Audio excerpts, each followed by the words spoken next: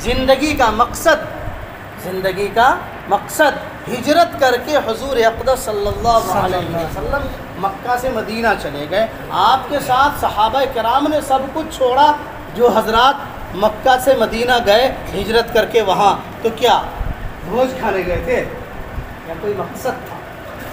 زندگی کا ایک مقصد تھا، اللہ کو راضی کرنا، اللہ کو خوش کرنا، اور جس طرح بن پڑا اللہ کو خوش کیا، جس طرح بھی ہوا اللہ کو راضی کیا اور اللہ کو راضی کر کے چھوڑا. ایک صحابی رسول ہے، ایک موقع سے بھول ہو گئی، زنا کا صدور ہو گیا. آپ صلی اللہ علیہ وسلم کے پاس آئے اور کہا طہرنی یا رسول اللہ، کہ اللہ کے رسول مجھ سے گناہ ہو گیا، ہم کو پاک کر دیجئے. آپ نے کہا جاؤ ایسے ہی بھول چوک ہوگی، جاؤ ایسے دیکھا ہوگا. پھر بے چینی، بدن میں آگ لگی ہوئی تھی کہ یا اللہ آخرت کی آگ تو ہم برداشت نہیں کر سکیں گے، اس دنیا کی آگ میں تھوڑی سی انگلی چلی جاتی ہے تو ہم سے برداشت نہیں ہوتا، اس آگ کا کیا عالم ہوگا. پھر آئے، پھر کہہ رہے طہرنی یا رسول اللہ، کہ اللہ کے رسول ہم کو پاک کر دیجئے. پھر بھگا دیا کہ جاؤ ایسے ہی دیکھ لیا ہوگا یا چھو لیا ہوگا، بھیج دیے. پھر تیسری مرتبہ آئے طہرنی یا رسول اللہ. پھر چوتھی مرتبہ آئے طہرنی یا رسول اللہ.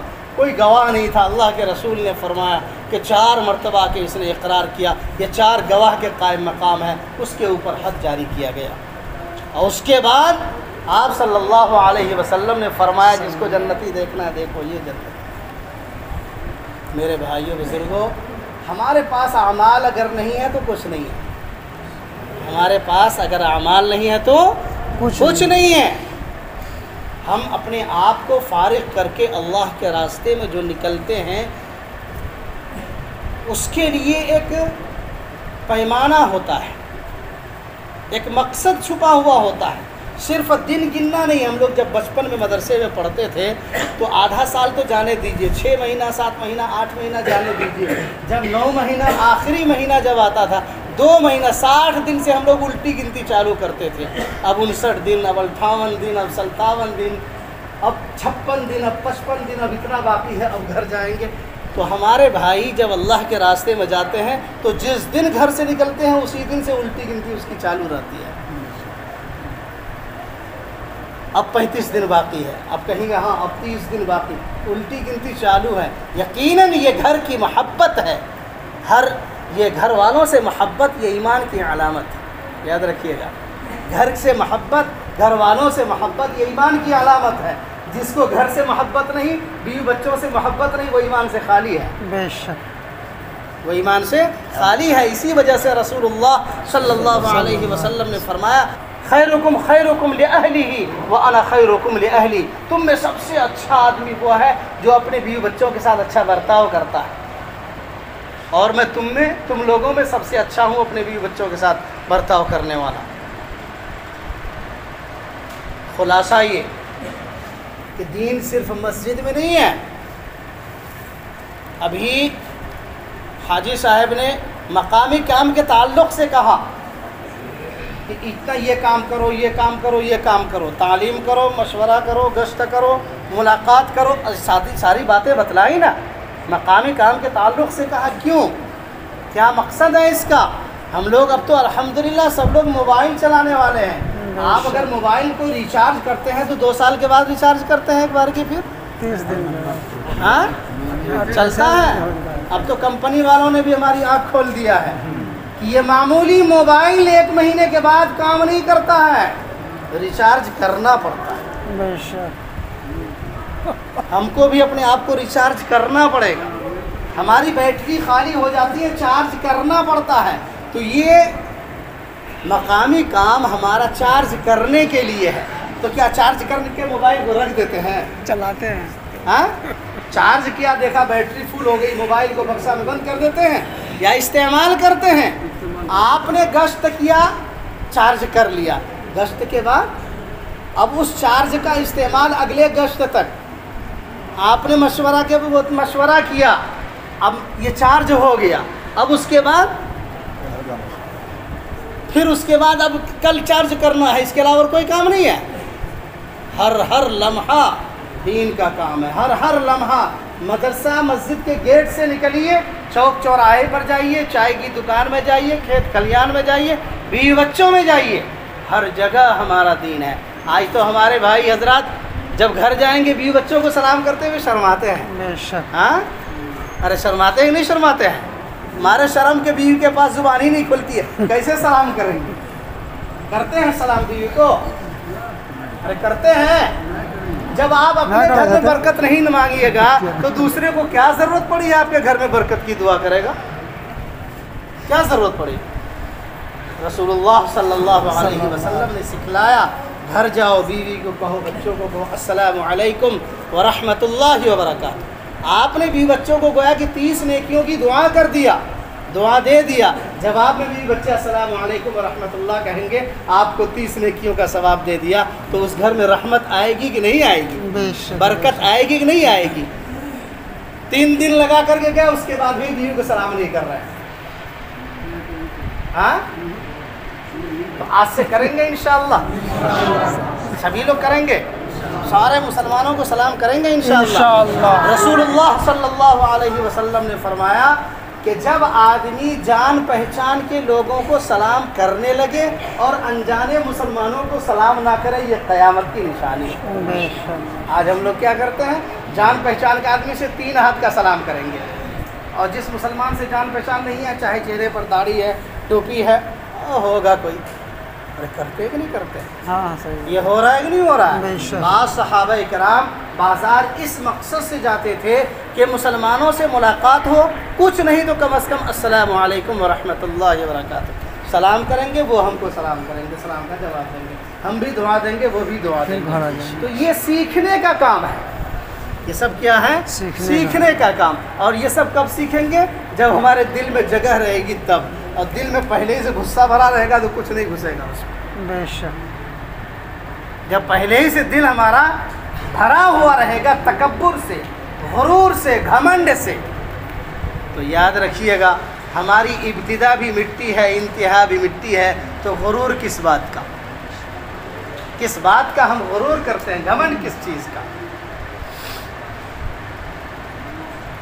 تو میرے بھائیو بزرگوں، یہ ابھی آپ حضرات چل کر کے آئے، ایک بڑی فکر کے ساتھ آئے ہیں.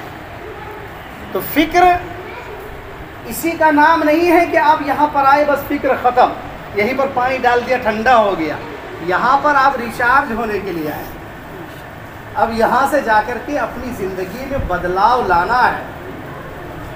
اگر آدمی اپنے اندر بدلاؤ نہ لا سکے، اپنی زبان پر کنٹرول نہ کر سکے، اپنے معاملات کو درست نہ کر سکے، اپنے حال احوال کو درست نہ کر سکے، لین دین کو درست نہ کر سکے، خرید و فروخت کو درست نہ کر سکے، کھیتی باڑی میں درست نہ کر سکے، تو کیا فائدہ؟ تو پھر ہم کو کوئی فائدہ حاصل ہونے والا نہیں ہے. ہم سیکھنے کا مقصد یہی ہے، سیکھنے کا مقصد یہی ہے. رسم نبھانے سے ہم کو کچھ نہیں ہوگا. ایک آدمی مسجد آتا ہے، گھوم پھر کر کے چلا جاتا ہے، نماز ہو گئی اس کی؟ ارے نماز ہوئی کہ نہیں ہوئی؟ آپ نے تعلیم میں سنا ہوگا کہ ایک آدمی کھٹاکھٹ جلدی جلدی رکعت پوری کر لیتا ہے، کیا پڑھا کیا نہیں پڑھا، اس کے بعد وہ چلا گیا، تو اس کی نماز کا کیا ہوتا ہے؟ پڑھا سنا کبھی؟ ارے تعلیم میں سنا ہے جی. وہ حدیث جو پڑھی جاتی ہے، سنا کہ نہیں سنا؟ اس کی نماز کو ایک کالے کپڑے میں لپیٹ کر کے اسی کے منہ پر مار دیا جاتا ہے. تو جب ہم ایسے ہی الٹا سیدھا کام کریں گے تو ہمارے اس کام کو ہمارے منہ پر نہیں مارا جائے گا؟ بے شک صحیح. یا پوٹلی بنا کے ہمارے خزانے میں رکھا جائے گا؟ نہیں رکھا. تو میرے بھائیو بزرگوں، ہماری زندگی کا مقصد اللہ کی عبادت. وما خلقت الجن والانس الا ليعبدون. اللہ کی عبادت اصل مقصد ہے. اور یہ 3 دن میں جانا، 40 دن میں جانا اور 4 مہینے میں جانا، یہ اس مقصد کے لیے ہے کہ ہم پچھلا سبق بھولیں نہیں، پھر سے تازہ ہو جائے. 3 دن میں جائیں، 27 دن میں ہماری زندگی بدل چکی، پھر ہم اپنے آپ کو تازہ کر لیں. آج ہمارا حال یہ ہوتا ہے کہ ہمارے بوڑھے بزرگ 6 مہینے سے نہیں، 6 سال سے نہیں، 60 سال سے نماز پڑھ رہے ہیں. اور جب ان سے کہا جائے نماز سنائیے تو نماز درست نہیں. جب ان سے کہا جائے کہ نماز سنائیے تو نماز درست نہیں. ایک بوڑھے میاں مسجد نبوی میں تشریف لائے. حضرت حسن اور حضرت حسین رضی اللہ عنہما جو حضور اقدس صلی اللہ علیہ وسلم کے نواسے ہیں، ان دونوں بھائیوں نے دیکھا کہ ایک نئے مسلمان ہوئے ہیں، نئے ایمان میں داخل ہوئے بوڑھے میاں ہیں، وہ وضو بنانے کے لیے بیٹھے ہیں اور الٹا سیدھا وضو بنا رہے ہیں. سب سے پہلے پیر دھو لیا، پھر ہاتھ دھویا، منہ دھو رہے ہیں. تو اب وہ دونوں چھوٹے چھوٹے بچے اگر ان سے کہتے کہ چچا یا دادا آپ تو وضو غلط کر رہے ہیں، ان کو شرمندگی ہوتی کہ نہیں ہوتی؟ لیکن تعلیم کا طریقہ دیکھیے کیا ہے. یہ ہے نبوت کی صحبت کا اثر، صحبت نبوی کا اثر ہے. یہ ہے صحابہ کا طریقہ کہ اگر ہم کسی کو کچھ بتانا چاہتے ہیں تو دوسرے کی مثال دے کے ڈائریکٹ لاٹھی اٹھا کے نہیں مار دینا ہے. تم تو چوری کرتے ہو، بےایمانی کرتے ہو، تمہاری کوئی نماز قبول نہیں. ڈائریکٹ اگر ہم نے ہتھوڑا مار دیا تو کیا کل سے وہ آدمی چوری چھوڑ دے گا؟ ارے وہ ڈکیت بن جائے گا کہ جب بےایمانی چوری ہماری پورے بدنامی ہو ہی گئی تو اب تو ہم ڈکیتی کریں. وہ توبہ کرنے کے لیے آمادہ نہیں ہوگا. تو دونوں بھائیوں نے گفتگو شروع کیا کہ بھائی جان یہ ہم لوگ وضو کر رہے ہیں، ذرا بتاتے چلیے، مذاکرہ کیجئے. تو ہم وضو کر رہے ہیں، بتائیے کیسا کیا کریں گے؟ سب سے پہلے کیا کرنا ہوگا وضو میں؟ تو دونوں ہاتھ گھٹوں تک دھونا ہے. اس کے بعد کیا کریں گے؟ کلی کریں گے. اس کے بعد کیا کریں گے؟ 3 مرتبہ ناک میں پانی ڈالیں گے، ناک صاف کریں گے. اس طرح گویا کہ دونوں بھائی بولتے جا رہے تھے اور وضو کرتے جا رہے تھے. اب ان بوڑھے میاں نے جب سنا ارے وہاں تو کچھ اور ہی چل رہا ہے، اب یہ کنکھی سے دیکھنے لگے. ان دونوں بھائیوں نے ادھر نہیں دیکھا کہ اگر دکھا کے کریں گے پھر وہ شرما جائے گا. ادھر وہ دونوں بھائی نہیں دیکھ رہے ہیں، چپ چاپ زور سے بول کے ادھر دیکھ کر کے اپنا کر رہے ہیں. اور یہ ایسے دیکھ رہے ہیں اور دیکھتے چپ چاپ سیکھ لیا، دیکھ کر کے سیکھ لیا. اگر ہمارے سامنے یہ معاملہ ہے تو ہم کیا کہیں گے؟ 3 دن تم مدرسہ میں پڑھ لیا، ہم کو سکھانے آیا. یہ ہماری زبان ہوتی ہے. ان بچوں نے حالانکہ سکھایا نہیں، کہا نہیں، لیکن نصیحت کی بات نظر آئی تو فوراً اپنے آپ کو بدل لیا. یہ ہے دین. دین اسی کا نام ہے. کام کی بات جیسے ہی ہم نے سنا یا دیکھا ہمیں فوراً اپنے آپ میں اتار لیا. اس کا نام دین ہے. یہ مقصد ہے ہماری زندگی کا. اس سے اللہ ہمارا خوش ہوگا. اور ایک بات جو بڑی اہم بات، جب بھی موقع ملتا ہے میں ضرور اس بات کی طرف ذہن مبذول کراتا ہوں، وہ یہ ہے کہ شریعت کے اندر جو احکامات ہیں ان احکامات کی درجہ بندی ہے. سب سے اعلیٰ درجے کا حکم کیا ہے؟ سب سے اعلیٰ درجے کا حکم کیا ہے؟ فرض عین. تو سب سے اعلیٰ درجے کا ہے یہ فرض عین، جو کسی بھی حال میں معاف نہیں ہے. کسی بھی حال میں معاف نہیں ہے. مثلا 5 وقت کی نماز یہ فرض عین ہے، کسی بھی حال میں معاف نہیں. لاک ڈاؤن رہے یا نہ رہے معاف نہیں ہے. ارے گھر میں ہم لوگوں نے نماز پڑھا کہ نہیں پڑھا؟ بے شک. ہاں تھوڑی دشواری آ گئی، جماعت کے ساتھ نماز پڑھنے میں تھوڑے دنوں کے لیے کچھ پریشانی آ گئی، پابندی لگ گئی، تو ہم لوگوں نے گھر میں نماز پڑھا کہ نہیں پڑھا؟ لیکن بہت سارے بھائیوں نے اس کو سمیٹ کے جھولا میں رکھ دیا. تو چالاک تو وہی نکلا نا. ہاں وہ چالاک نکلا کہ بے وقوف نکلا؟ یہ بتائیے. اس سے بڑا بے وقوف کوئی ہوا؟ کیوں؟ نقصان کس کا ہوا؟ مسجد کا نقصان ہو گیا ہاں، یا حکومت کا نقصان ہوا؟ ہمارا آپ کا نقصان ہوا؟ نہیں ہوا. کس کا ہوا؟ جس نے نماز نہیں پڑھا. کتنا بڑا نقصان؟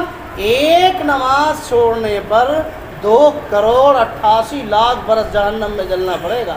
ایک نماز پر. دن میں 5 نماز، مہینے میں 150 نمازیں. اب جوڑتے چلے جائیے کہ کتنا گناہ اپنے کھاتے میں رکھ لیا. پھر بھی اپنے آپ کو ایک دم سینہ تان کے بولتے ہیں کہ ہم سے بڑا ایمان والا کوئی ہے ہی نہیں ہے. اور یہ نماز کبھی معاف نہیں ہو. مرنے کے بعد سب سے پہلے یہی پوچھا جائے گا. یہ نہیں پوچھے گا اللہ تعالیٰ 3 دن لگائے تھے، مدرسہ میں پڑھنے گئے تھے،